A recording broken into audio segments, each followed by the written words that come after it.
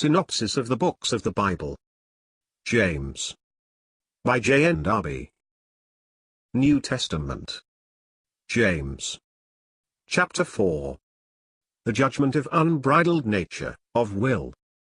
In all that follows, James 4, we have still the judgment of unbridled nature, of will in its different forms, contentions that arise from the lusts of the natural heart, requests made to God proceeding from the same source, the desires of the flesh and of the mind developing themselves and finding their sphere in the friendship of the world, which is thus enmity against God. The nature of man covets enviously, is full of envy with regard to others.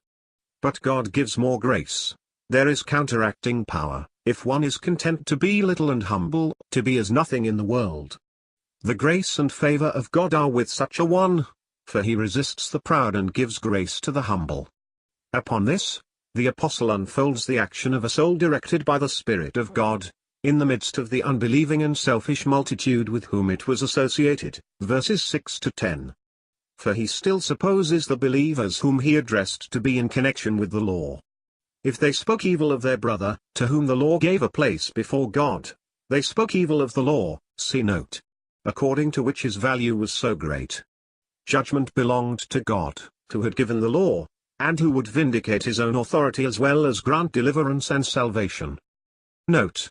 Compare 1 Thessalonians 4 verse 8, where the Spirit takes the place of the law here, end of note. Verses 13 to 16. The same self-will and forgetfulness of God are blamed, the false confidence that flows from reckoning upon being able to do as one pleases, the absence of dependence on God. Verse 17 is a general conclusion, founded on the principle already suggested, James 3 verse 1, and on that which is said with regard to faith. The knowledge of good, without its practice, causes even the absence of the work which one could have performed to be a positive sin.